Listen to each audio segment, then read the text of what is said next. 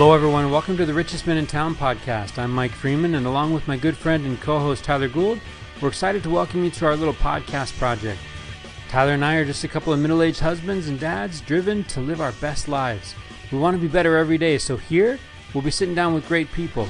Not famous people, but great people that we admire, to learn their secret to living the rich life. Probably not the rich life you're thinking of. Our guests come in humbled and surprised at the invitation and hopefully leave feeling proud and grateful, realizing just how good they really have it. So pull up a chair, stay a while, and raise a glass with us as we toast our guests to the richest men in town. Talk to me about what's happening after last night's affair of finding out two big life moments took place in the Freeman home last night. Yeah, in like fact, Dickens.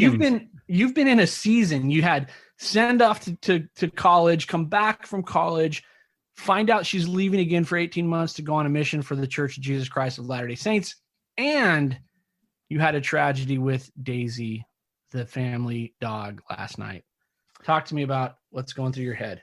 Yeah, so Dickens had it right, man. Best of times, worst of times, right? Yeah. Cloud nine. Now, mind you, Daisy's been in the works, right? Daisy has not been feeling so well. Went to the vet yesterday. Went to the vet last week, right? So we're just like basically paying for the vet's college tuition for his kids, which is great. Yeah. But yeah, so we saw it coming, and we saw these things colliding. Right, this really good news with Grace receiving her call to serve mission for our church, and this inevitable passing of our family dog. And we were really dreading the idea that these things would collide at the same time, like that night. And yeah. So how are the kids? I go to the vet at 4:15. Vet says, "Hey, X-ray, not much we can do. So maybe increase the prescription for the enlarged heart. Problem is, we give that prescription through food, and she stopped eating. Right, so it's like, So party here at the house, socially distanced, of course, and most of it was online. I saw the Gould family tuned in and Absolutely had the read. So she read her email. She's off to the Philadelphia, Pennsylvania mission. Super excited about that. That incorporates some Delaware and some Maryland and some New Jersey. So she's going to see all kinds of cool experiences there. Everyone kind of clears out. And I proceed to go check on Daisy. Daisy's not good. Struggling to breathe because the heart, I'm not a vet, but the heart gets large, the lung capacity goes down, and eventually she's going to basically choke, right? Yeah. And that's what was going down. She started panting, and then it was like, oh boy.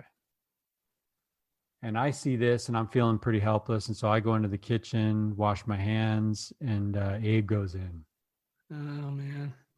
Yeah, so my 16-year-old son goes in, and he's like, Dad. I'm like, I know, man. I know, not much we can do. But Dad. Done. Right? So she passed right there? Right there. Yeah. Right there. So we call Grace. Grace was at a friend's. We call Grace, and we just, all huddle around her crate and have a good cry. Man, dogs, dude. They're the best. They're the worst, man. They are the best. And I don't want to play this. I don't want to play this. I don't want to play this thing any more serious than it is, because it's a family dog, right? And one of the reasons why we got the family dog is to teach lessons like this, right? Responsibility, love, and sacrifice, and yet the idea that death happens. Loss. Yeah, loss. Yeah. So we ended up having a gospel-related conversation, not laying out doctrine, what happens to dogs. I think I've actually shared that question with you. I'm not sure how that works into the plan, but the idea is that death's coming for everyone.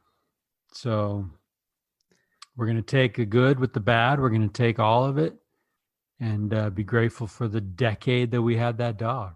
There you go. Yeah, it's last night, Gwendolyn goes to bed, and she comes out a little bit later, and she says, and she's crying, and she says, this is going to be the first Christmas that I've ever had without Maybell, our family dog, who died a few months ago. And I said, it's sad, but we have two choices, right? We can all tear up and cry because we're not going to see her at Christmas, or we can celebrate all the fun that we had, right? And so there's our choice. But dogs are great, man. I love dogs. We have another dog. We've got a new one in the house. The Goulds can't be without dogs, man. Not there right now. I know it took us a couple months, but honestly, we probably wouldn't have done it for a long time. But Gwen's struggling with some stuff, and we thought a furry pal is always a good thing. It's always a good thing. Yeah. It's always a good thing until it's not. Yeah, that's right. But, well, I'm sorry for you guys, but hey, boom. On a more positive note, Grace, I'm excited about Grace. Grace, for those listening, is our intern. She is responsible for the probably most of what happens here. And and she's going to leave us for 18 months, but she's leaving us for a great purpose. And I'm excited, I'm excited for you guys, because I've done this once with Sydney, doing it now with Quinn, and it's tough, but it's unbelievably rewarding as a parent, even not being out in the work. So it's great stuff. Yeah, it's interesting because I think maybe last couple episodes, somewhere in there, we talked about getting out of our comfort zone. Yeah, right? I think that was with John Taylor, and last night I was there.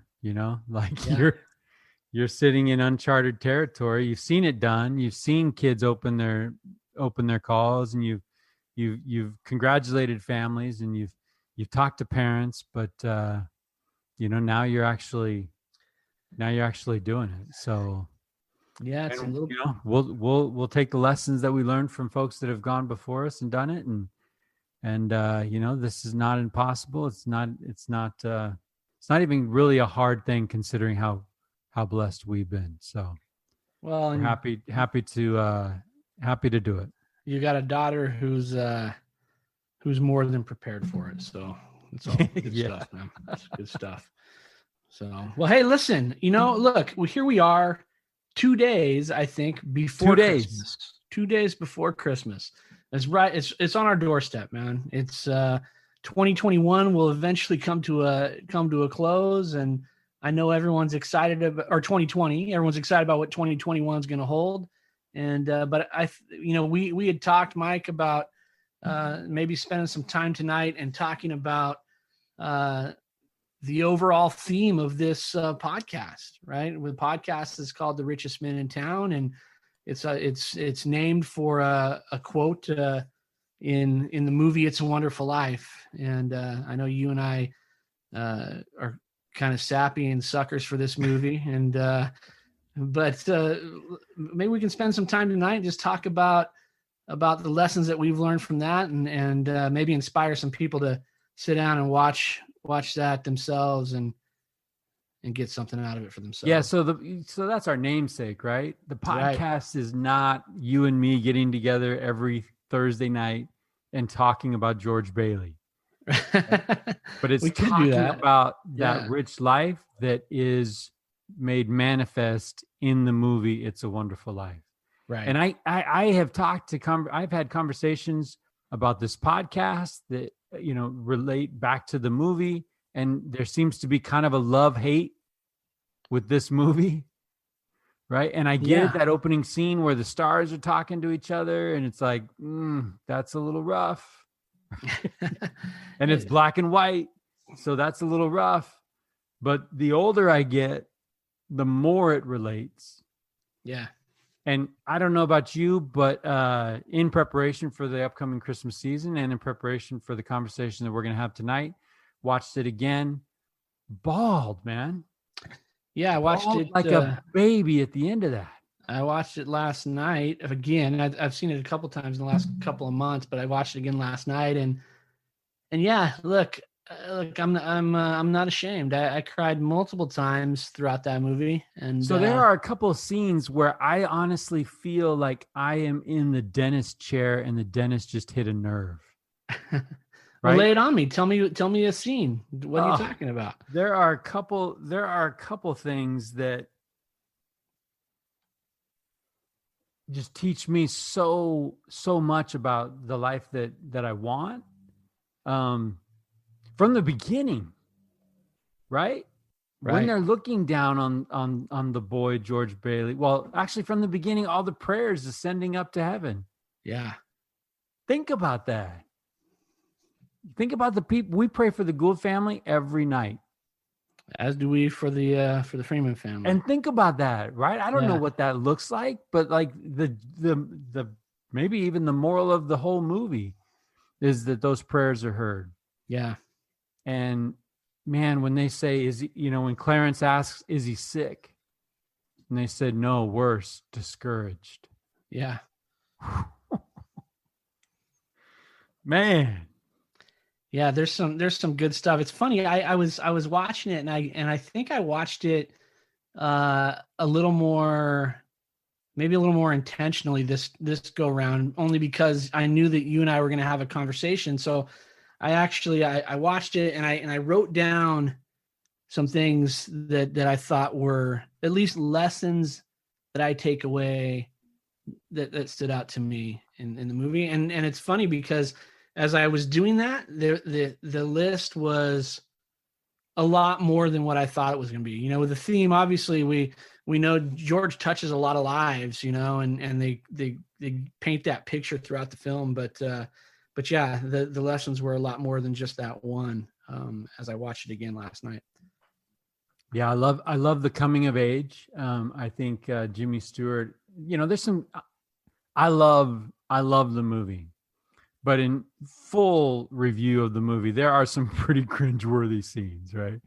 There's some pretty, the production quality isn't necessarily all that great, but man, what they lay down and the lessons that they lay down in that movie are really timeless. You see the ideals of a young man, those dreams of a young man being changed.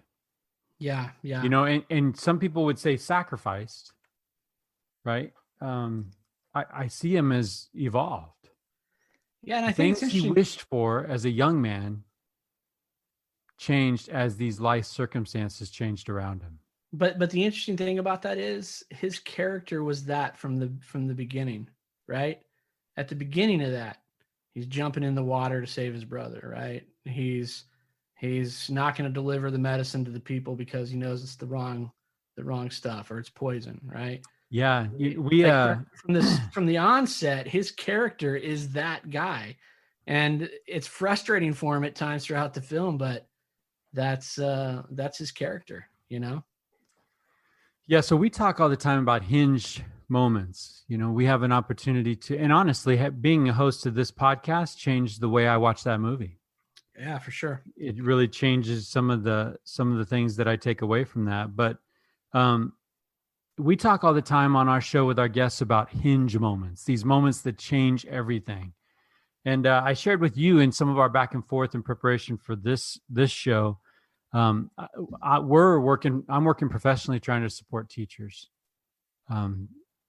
Teachers have had a rough go. Right now they're on a break, and they deserve that for sure.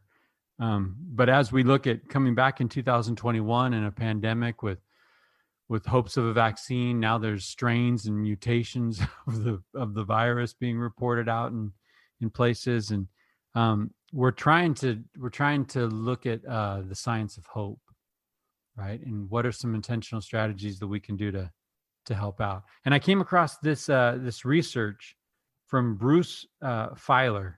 He's the author of Life is in the Transitions, Mastering Change at Any Age. And he says the linear life is dead.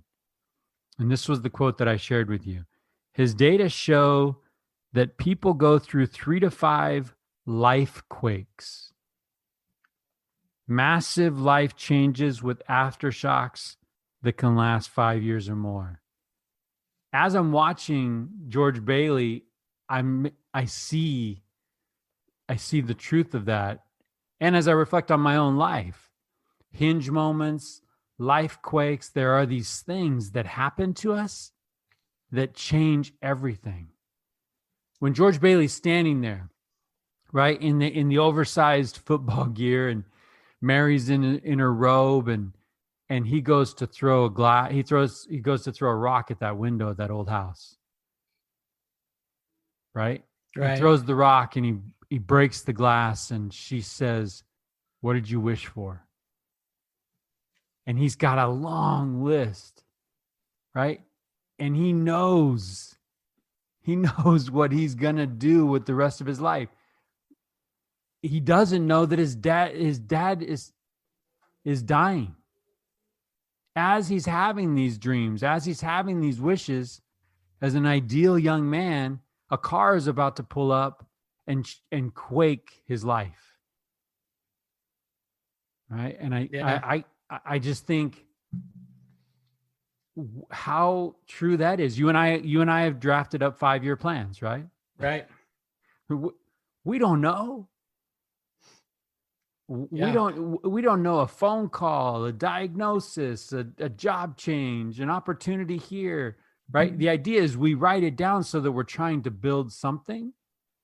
But those life quakes, when they happen, and they will happen to all of us, they tend to derail some of those plans and some of those dreams.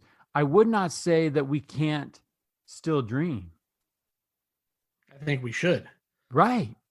And I think George shows us that he was just really reluctant at embracing those new changes. Right. Yeah. It's I agree. There's some, so I kind of went through, and as I was watching, I wrote down a list of some things that stood out to me. All right. Some lessons that we could take away from George Bailey. I got the same list. So let's. All right, so I'll share a couple with you. Okay. One, don't compare yourself to others. I always think it's interesting in that movie. He's got a friend who's killing it and making a boatload of dollars in plastics, right? And he tells George, "You can come in. Yeah, I'm getting on the ground floor," and he turns that down. But the thing that I always think is interesting in that movie is that there's never, he and his buddy are just buddies. He's not jealous. I mean, sure, there's times when he's down and out that he's probably feeling like I should have done plastics, but he's not jealous of his buddy. He doesn't compare himself to his friend. So another one is sometimes the bad guy wins. His uncle goes into the bank. Mr. Potter ends up with the $8,000.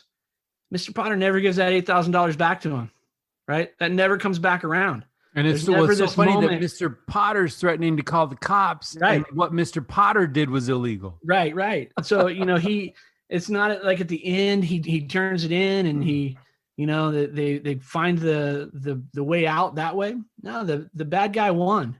He took the cash and he was going to stick it to him, and sometimes in life, we want things to be really fair, but they're not always really fair, and we've got to deal with the situation that we have. Here's a couple more that I wrote down. Great sacrifice. Hold on, really quick. Yeah. On this comparison thing. Yeah. There's that scene, right, when he shows up in the fancy car with the driver, not just a car. He's got a driver, right? Right. Sam Wainwright. Hee-haw, here we go. Yeah, and they drive off in that car. Yep. And he goes back to his car. The jalopy, man. And the car and the door, right? Yeah. Can you relate to that? Oh, for sure. Yeah, for sure. I think that, I think we all can, because look, there's always going to be someone who's got it better, who you think has it better than what you do. And that's never going to change. No matter what level you get at, There's going to be someone who's got a little more, or who's, going to flaunt it a little bit more. And what are you going to do about that? Right? There's nothing you can do about that. In fact, if you let that consume you, I think you're missing the whole idea. We talked about this the other day, right? We talked about this evolution of the desire to progress and to change. And we talk about external forces, right? And I'd be the first to admit, 15, 20 years ago, my external forces were probably that car, Sam Wainwright, and that's changed for me. And I think that, it doesn't do us any good when we're considered. We go back to that Hemingway quote, it's not noble to be better than your fellow man. It's more noble to be better than your former self. And that's what we're driving at. And I think this is going to tap into something that's on my list from that. When I see that exchange, there's nothing wrong with what Sam Wainwright is doing. Not at all. And we don't know much about Sam Wainwright, right? We know in that scene he's married, and maybe he's happily married, and maybe he's doing great things. We know in the end he comes through in a big way. He's a loyal friend. We know that. Yeah. But I mean, I think that you're right where the comparison is with ourselves, but George Bailey does let us in on a couple of scenes where he's not taking that medicine. Right. And I think sometimes we do that too. For sure. Right. And there's those circumstances. And what we need to remember is that kind of what we've talked about with other guests on this show is that what George Bailey was doing was building something bigger than himself. Yeah, absolutely. Sam Wainwright was building personal wealth. Nothing wrong with that. Amen. The track or the decision, not the track, there's no track, but the path that George Bailey was on was community building, was building up people, right? Was building up people's dreams. And that is always going to be, that's always going to be a powerful way to influence people. Well, and I would say too, that I think even beyond building up people's dreams, it's just about relationships, right? At the end of the day, that's all it was about. I mean, I don't know if you can recall the scene where there's the run on the bank, right? And this mob is inside the building and loan, and they're wanting their money because they're scared and they're panicked and they're worried. And if you notice, he goes through and he talks to each of them by their name. Tom, your money is in Bill's house, right? He has these conversations with them, and it's each person by name. It was here's my relationship with you. This is what I've helped you do. Here's what you've helped me do. This is what we've done together. And I think that's the power, right? We can give great speeches, and we can have these, we can be the most eloquent speakers. But if we're not connecting on a personal level, then there's no influence. There's no influence, right? Well, you can go and listen to the best speaker out there, right? Walk away and say, that was fantastic. But the influence isn't there unless there's that personal connection. And I think that's the power of, that's his influence. That's the power of his influence for sure. Yeah, think of when George's father passes away and they're in that board meeting and Potter starts going off on, look at this, we got this taxi driver, right? And I know for a fact that the bank said no to this, and George is trying to get out of the meeting. And he turns and he says, I can vouch for that person's character. I did that loan, right? And George Bailey believed in people. Yeah. And I think, one of the things that I wrote down on my list is to extend grace. And he was really good at that, right? He talks about when people were late on their payments, he didn't boot them out of their house, right? He helped them out, and when on the flip side of that, when they were late, they were evicted immediately, right? And I think what's great about that is it all comes back around. Right. Absolutely. Everything that he puts out there. Yeah. In his moment of need comes back around. Well, yeah, and we look at that idea of extending grace. I like that thought a lot. And then there's he's a generous person, right? And I think one of the lessons I take away is to be generous, with our time. We go back to relationships, that one-on-one, that's not built in a 10-minute conversation. That's a sacrifice of time. That's generously giving of your own time. And of course, the scene where he sees Violet and she wants to leave, and he gives her the few dollars he has in his pocket and sends her on his way. He's not living the high life, right? But he took whatever he had in his pocket, he handed it to her and said, good luck. And I think we, that's a lesson maybe we all need to, especially nowadays, we need to be thinking about, right? Can we talk a little bit about Mary? Yeah. In this podcast, we're talking to great guys in Katie Sellers' case, right? Great people. Right. And almost to a person, they talk about their wife, or they talk about their companion.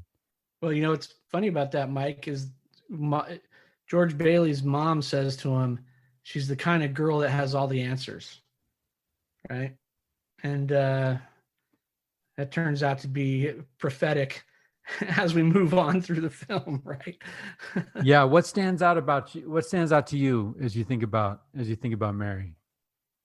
I think she's cut from the same cloth. Again, I go back to that scene on the run on the bank, and George is telling him, we don't have money, it's tied up in loans, and she pulls out $2,000 out of her purse as their money, and she says, I got money. What do you guys need? It's just like George jumping off the bridge, right? Right. Save right. Clarence. Exactly. Right. And she's you're cut right. from the same cloth, and again, the other thing that I love about her character, and that is when he comes home and he's lost it, right? And he runs out, he's yelled at everybody in the house, he runs out the door, and the kids are freaked out, and they said, should we pray for him? And she said, oh yeah, we should be praying for him, and I think that initial reaction to say we should pray right now. Well, and at the end when Billy comes in with the basket and says it was Mary. Yeah. Mary did it, George, right? Mary put out that call. Yeah. And just the humility that she needed to ask for help. Yeah. And think about when he has that conversation. I love that exchange, and we can come back to that and pick it up. But when George has that exchange with Potter's trying to buy him off, right? 3-year deal. He knows that, hey, I'll spend 3 years, $20,000 a year if it'll kill the building alone. Right. And he comes back and he's got stuff, right? He's got stuff circling around in his head. Yeah. And he says, man, of all the people, Mary, of all the people you married. Yeah. Like, her response there was affirming to him. Yeah. In his moment of comparing, right? Yeah. Doubt is starting to creep in. And I think that Mary really, really does have all of the answers. So you talked about the $2,000 and how quick she was to get rid of that. And it went down to $2, right? Right. $2. They put it in the safe, and Mary's not around. Yeah.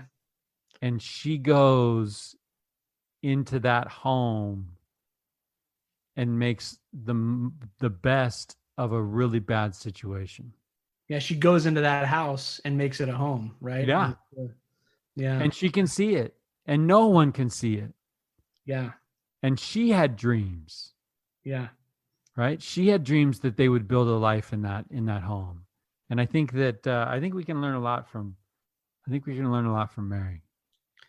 Yeah, I agree. I think that I think that's the interesting thing about the movie, right? We can bury the cringeworthy moments.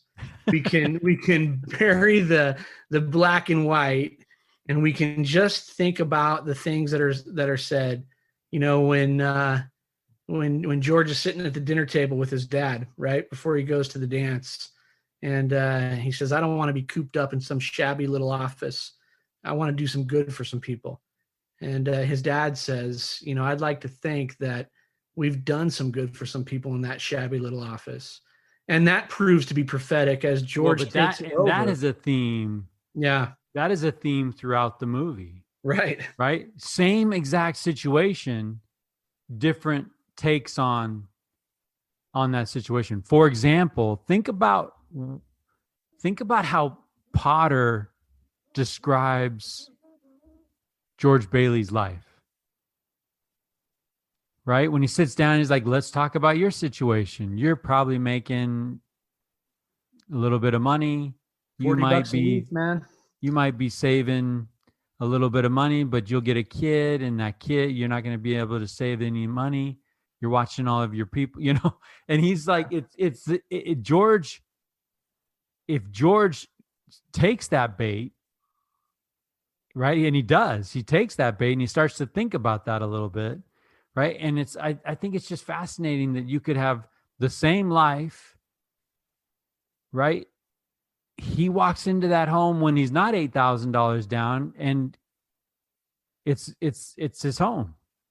Right. When his world is falling apart, he's like, why are we having all these kids?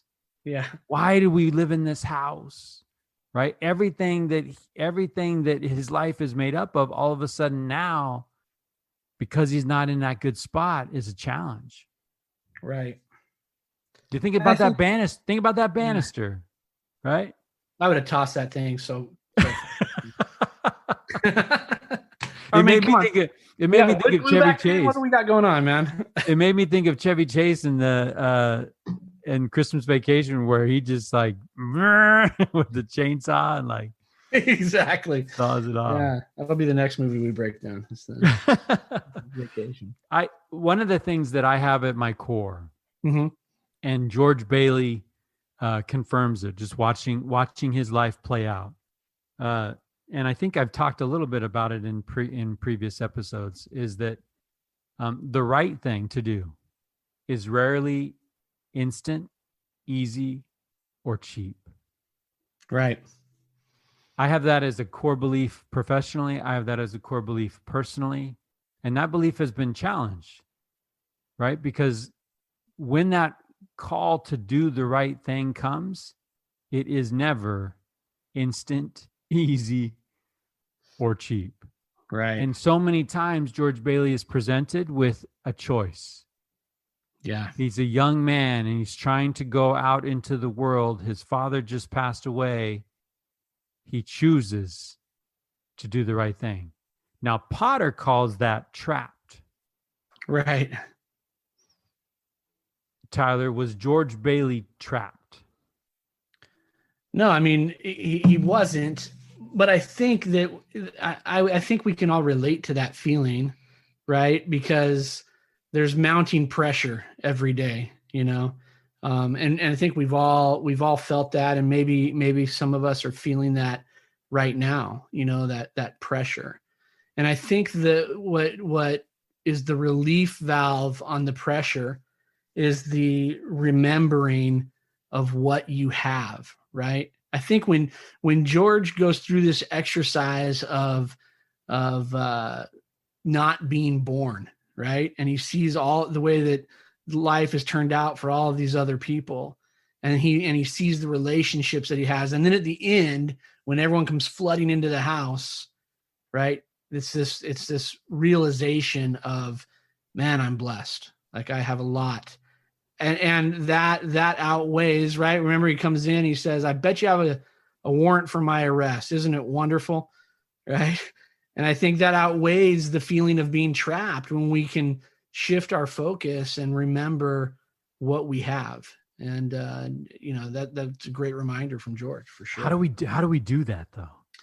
Right. Dude, we don't have a Clarence. We don't have an No. angel Clarence that can make it, set the stage for us to be able to see the impact that we have.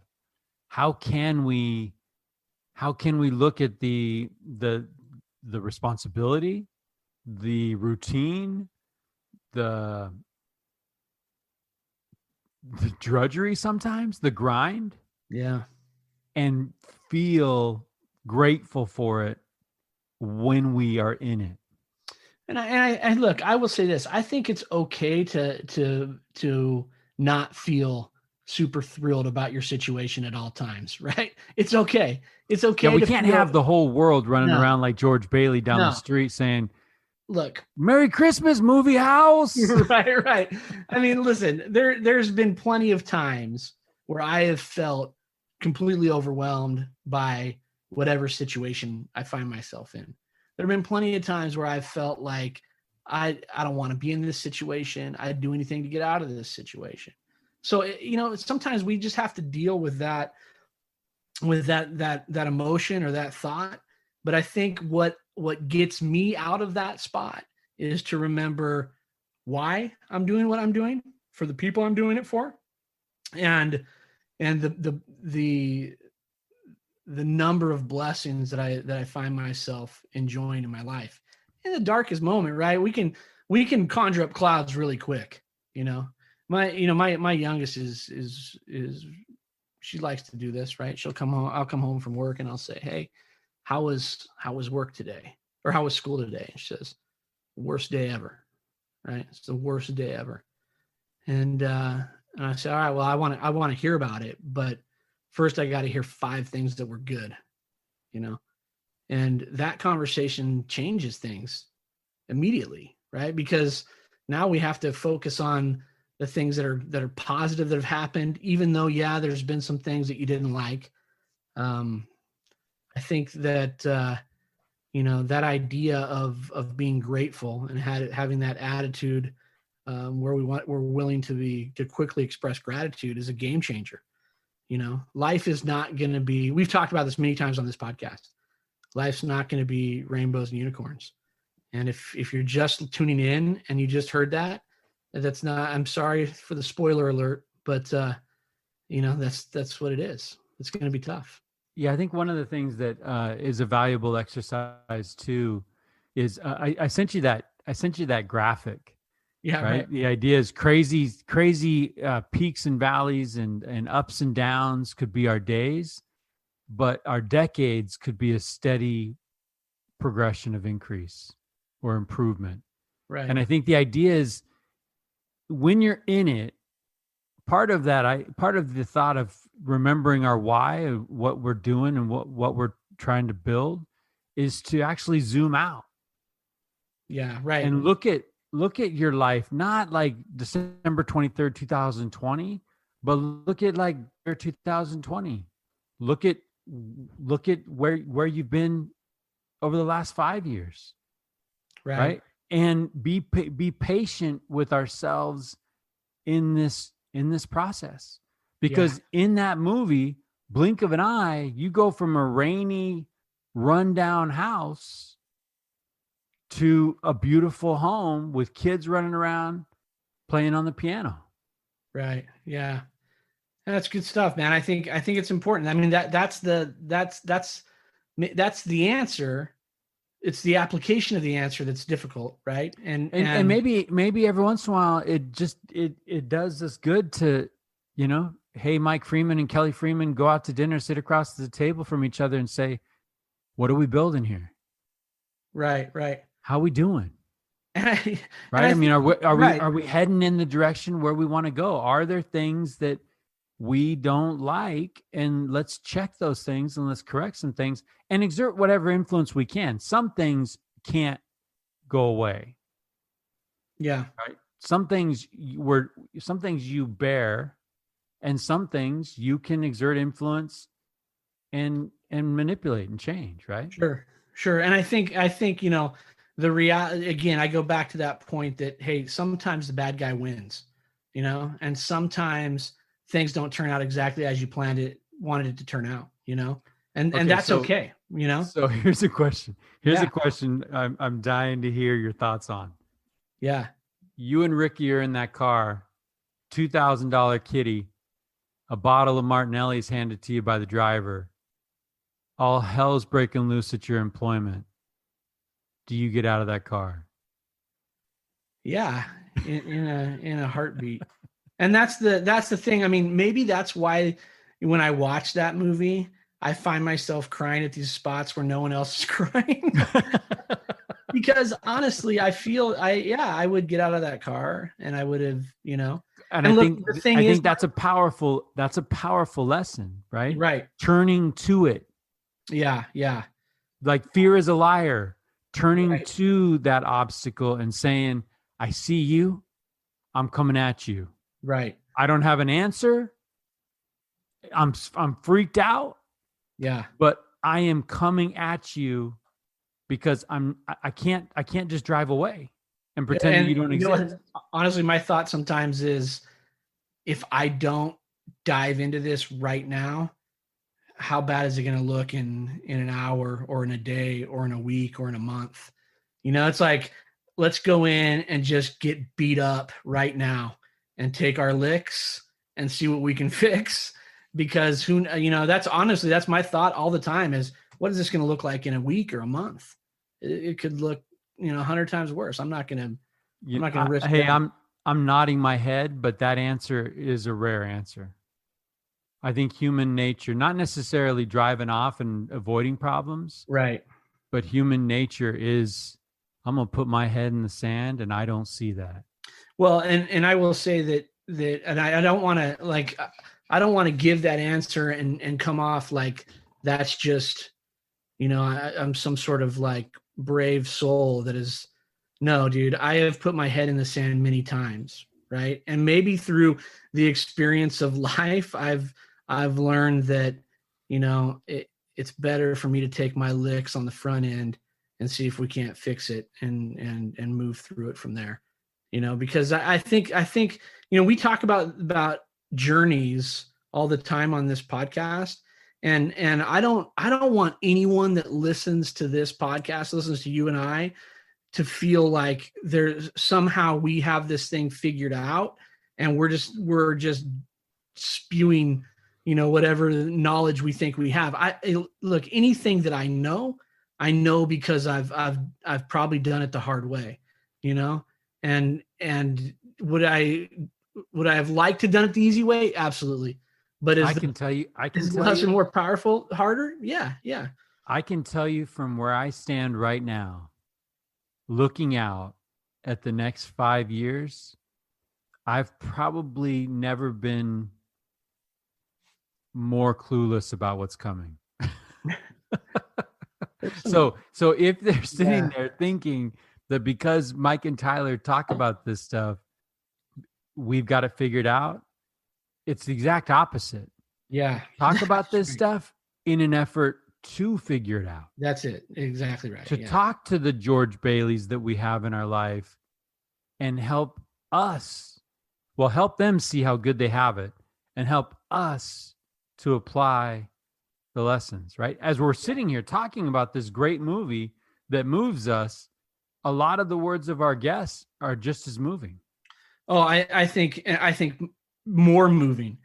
And it's to me, because it's when we talk to our guests, it's the actual practical application of all of these lessons, right? They're telling you and I, hey, you want to talk about learning something the hard way? Let me explain to you what I went through.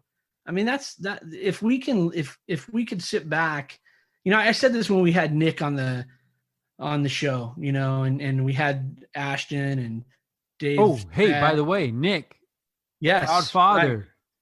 Benjamin. So since the last time we got together, Benjamin Foote was born. So Absolutely. Congratulations to the Foote family. That's Foote exciting. Family is one greater now. But we mentioned this to Nick that, boy, what I would have given at 22 years old to sit down with a bunch of people that were willing to share their insights into not only fatherhood but just life. I mean, that's what this podcast is all about, is finding people that are doing it like George and having them pass that knowledge on through the practical application of the lessons. It's fun to do. Well, so, I can tell you too, thinking about where I'm at in life and watching this movie and thinking about the influence and force that is Mr. Potter. And how that force is intentionally trying to move George Bailey out of his spot with influence, with offers. And I think it would be really great if we could all understand and maybe even reflect on life and look at those forces or influences that are around us, that are trying to move us out of our spot. Yeah. Mr. Potter wants no good thing for George Bailey. Yeah. And I think that there are forces in our life that wish no good thing for Tyler Gould and his family. That's right. And the sooner we can spot it, right? So we're not reaching across the desk and shaking hands and making a deal with that force, the better off we're going to be and the better off our families are going to be. Yeah, I agree with that point. That's a great point. I think we're all better off if we realize that, right? Can we talk for a second, Mike, about, one of the things that stands out, right, that probably everyone will recognize from the movie is this idea that one life touches so many, right? And I think I mean, obviously that's a powerful lesson. And I would, I think that I would love it if our listeners were thinking about their own lives when it comes to that principle. One life touches so many. Sometimes we get so caught up in the things that we have going on in life and the difficulty of life and the challenges of life and maybe just trying to survive. I think it's important for people to understand that even, on in what you may consider your very limited reach, that you have influence. And it doesn't take a lot. It doesn't take a lot at all. And the funny thing is, understanding. Yeah. We need to treat people like we would want to be treated. Yeah. Because the beautiful thing, the happy ending of the movie is George ends up getting that treatment. Yeah. And it's funny. I've had people say to me sometimes, I've never done anything that people would remember and I just, I always tell people, man, if you could be, if we all sat down and wrote a list of all the people that have influenced our lives, right? You're going to find your name on somebody's list. It's funny that you mentioned that. It's funny that you mentioned that because I actually had that experience yesterday. Oh yeah. Yeah. So yesterday, we have this email that's going to get read, that's going to dictate where my daughter's going to spend the next 18 months of her life. And this is kind of a rite of passage for the Freeman family. Big, big deal. Yeah. And so you start thinking, who do you want in the room? Who do you want to see my daughter's face as she reads that? And you start thinking, who's poured into my daughter? Yeah. You start thinking, who's poured into the Freeman family? And pretty soon I'm sending a Zoom link out to 100 plus people. Right. And we're streaming it on Facebook and we're streaming it on Instagram Live. But I was just like, I wanted people to know in my church, out of my church, if you taught my kid, if you were my kid's principal, right? This thing is happening and she is a product of all of you. That's it, right? And that's it. That's one of the takeaways from this movie. Yeah. Is that, when you're taken out of that spot, as George Bailey was, he has the miraculous gift to be able to see what he meant. And all those little things, right? We talk about trajectory, right? I want to be one of those folks that when they bump into Mike Freeman, I would love for that exchange to put them on higher ground. Sometimes I'm all over it. Sometimes not so much, right? Yeah. But the idea is that as we do these little things, as we come across people along our path and we express kindness, we express charity, we do the things that we would want done to others, that we would want done to ourselves, we start to put people in a better place. Yeah. And that is an idea from this movie that if the world, we talk about that sometimes, right? Man, if the world could just listen to us right now. One of the key messages of that movie, It's a Wonderful Life, whether we're 2 days before Christmas or we're in the middle of July, is George Bailey teaches us something powerful about how we can influence and impact the lives of people around us. Yeah. And you know what I would love, Mike, is it would be great if, and I've actually done this, right? It's not the most comfortable thing to do, but I've done it. If people would reach out to those people that have had influence in their lives and tell them that, man, that's a powerful thing. And sometimes, you think like there's been people that I've talked to that I think, dude, they hear this all the time. Like they hear this all the freaking time. I know it, but I'm going to call them and tell them anyway. And then I've got someone on the other line that is, a big, strong guy that I maybe admire. And next thing I know, I'm talking to someone who's in tears, right? Because they don't hear that all the time. I think it's important for people to be told, that they've made a difference in someone's life. And Clarence does that strategy to save George Bailey's life. Yeah, he does. George Bailey was on a bridge and was about to end things. And that understanding of his importance in the lives of other people put him in a different place.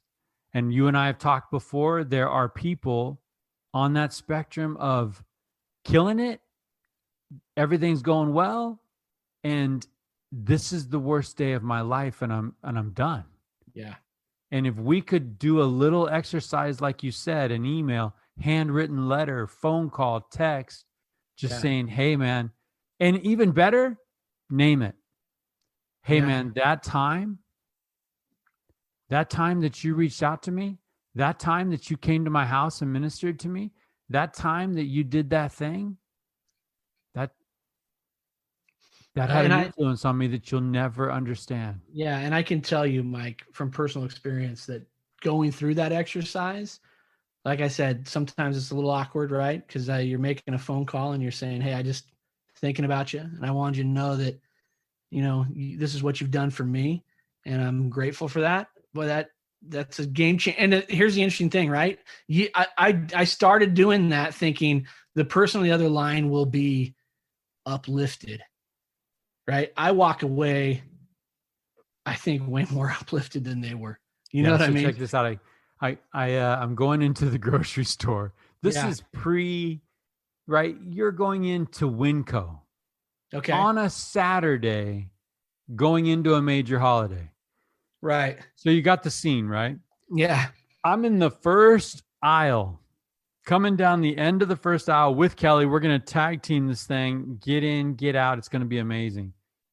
I see a retired teacher that I worked with dip into one of the aisles.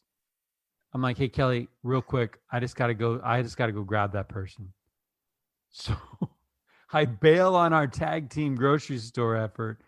And I go up to this guy who is, I just think the world of. Right. And I proceed to pour into that guy for half an hour. Half an hour. Time well spent in my book. Yeah. I wouldn't necessarily agree that Kelly Freeman would agree with me that it was time well spent, because by the time I'm done, our cart's already full. She's done all the work. And, she's like, wow, that was cool. Thanks.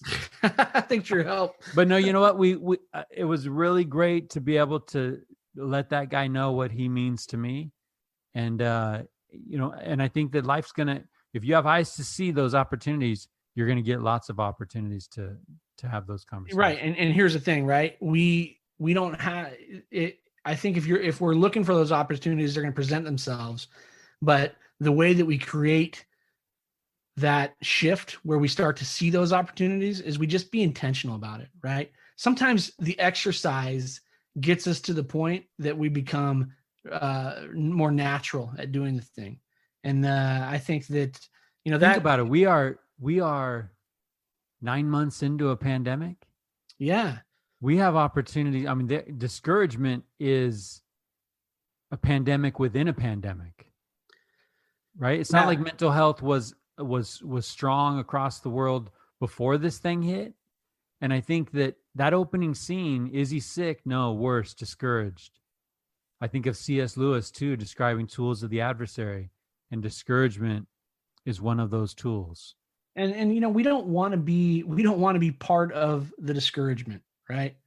We want to be part of the encouragement. So I think, the reality is that you and I could probably sit and break down It's a Wonderful Life for 3 or 4 hours, right? But I think that I would hope that there's an action, there's a call to action that through this podcast. We've talked about it in different episodes about being intentional with our kindness, right? And making sure that we're reaching out to people and showing kindness. And tonight, I think, we want to talk about letting people know that they've touched our lives, right? Be intentional about that. I think that right now, it's the perfect time of year for us to be motivated to do those kind of things. But I would love to see you and I, Mike, do that year round and make that part of who we are. But I would love for those that listen to this podcast, make this a movement, that it becomes part of who you are, right? And it's almost like you're taking those glasses and putting them on every day. Yeah. Right. Help me see. Yeah. Right. Help me see what opportunities are going to be there, and, or make them. I don't have to necessarily bend down and pick up an opportunity. I can go create it. Yeah. I can set the stage. I think of your Sunday morning routine, right? We're just being mindful of people and sending messages to folks. Yeah. Because I really do think that Clarence's shenanigans and his thing that he did end up saving George Bailey's life, but George Bailey jumped in to save. Yeah. And when we look to save, or when we look to help and serve other people, our problems are put in perspective. Yeah, for sure. And that's almost like an antidote. Yeah, I agree. Right. I agree. And there's need for that right now, right? We live in a time where, like you said, we're 9 months into a pandemic. Maybe the walls are starting to close in a little bit. Maybe people are getting a little stir crazy. But that doesn't mean that we have to live in a way that we can't lift each other, right? Just one of the notes too, as I think about just some of those exchanges and those opportunities that we're talking about, I think, how great would it be to just be memorable? Yeah. How great would it be to interact with people in a way that people remember it? And I can tell you, charity, service sears things into my memory. Yeah. Like, I will be a dying man and I will remember the charity that's been extended to me. Yeah. And I think that's where, because the idea behind that movie is looking back and remembering those moments of his life, right? Yeah. When the floor goes out from underneath you, keep dancing, right? Just do what you do. Yeah. And I think that's a powerful thing. Yeah. Similar what you were talking about with your family and Maybell and the passing of the family dog. Right. Right. We can go back into our memories and pull out a treasure trove of good times. Yeah. And I think that's what's going to get us through this. That's it, man. That's it. So listen, I'm going to give you the final thought, the last nugget from It's a Wonderful Life. What is it, Mike, that if you had to break this down and tell someone one thing, what would that be? All right, man. I've seen this movie I don't know how many times, right? But there's a scene. I believe he's in the building alone. And there's a sign on the building. There's a saying in Dad's office that says, all you can take with you is that which you give. I've never seen that before. that caught my attention, and that moved me to tears, right? The idea is that it's not about plastics. It's not about ground floor. It's not about fancy cars or big houses. It's about all that you take with you is that what you can give. Yeah. And so let's give. And you might just happen to receive back. Right. Bonus if it happens, right? Bonus if it happens. But you know that, yeah, and I love that too, Mike. It's funny, I paused it right on that scene, and I with the saying, and I had my kids read it, and we talked about that for a few minutes. But no, that's a great. I think that's a great place to end the discussion. For look, people that are listening tonight, you know, you may think that Mike and I are a little strange for spending an hour talking about It's Wonderful Life. So in order to justify our madness, watch the movie, right? And then I would say let's be intentional. Mike, you said let's just give, and I think that's it. Let's give in some way. It doesn't have to be dollars. It doesn't have to be anything like that. It could just be how are you doing? And I've been thinking about you. And that's sometimes that's all we need is a smile and a COVID-friendly hug, right? But let's just give, man. I love it. And I always get something out of these discussions, and I'm appreciative for your insights, man. And look, it's been a heck of a week, Mike. You made it through a discussion of It's a Wonderful Life without shedding tears tonight, even given the family dog and your daughter is going to be leaving in February. Can I tell you how this works? Yeah. Can I tell you how this works? Yeah, please. I get blindsided. Yeah. I think of a Mormon message, a while back, where the guy was praying for months, fasting for months to know some truth from God. And he's in an activity and he's saying a prayer and blessing the hot dogs. And it pours on him. That's how I am. Right? So I'm brave because my kids weren't. Right? I'm holding it together because they weren't. And there's going to be a moment where this will all hit me. And hopefully I'm not on the air, right? Yeah. But like I love it all, Tyler. Yeah. I'll take it all.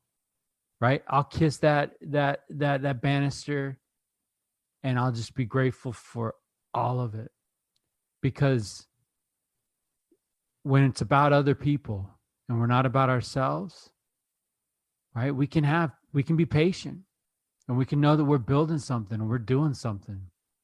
And there's highs and lows in our days, but I'm not here living days. My days are adding up to years, are adding up to decades. And I think it's important that we be patient. And yeah, I'm ready for a George Bailey for president bumper sticker. Well, maybe that'll be on our next swag that we have for the Richest Men in Town. But yeah, I agree with you, Mike, that everything that gets thrown at us is good, and it may not be pretty at times, but there's good to come from it. So look, we're gonna say Merry Christmas tonight, right? Because we got Christmas in a couple of days. This episode will air after Merry Christmas, Goulds. Merry Christmas to our listeners. Yeah, we'll say Happy New Year, right? And good things are coming, man. Good things are coming. And not just for Richest Men in Town, but for everybody out there. Good things are coming. Keep your eyes on the prize, and let's just keep pushing ourselves down the path. And yeah, if we stop building, things fall apart. Yeah. They just stop. If we give up, sometimes people give up so close to the breakthrough. Right? If we just keep moving forward somehow, some way, we'll look back 5 years from now, 10 years from now, and we'll be grateful for the time that we invested, and we'll be looking at life, right, like George Bailey, grateful for all of it. Right? We just can't give up. Can't give up. Well, it's been fun, Mike Freeman. It's been a good time, and let's do it again next week. What do you say? Let's do it. All right, why not? All right, man. Have a good night. Yeah, you too, Tyler Gould. All right.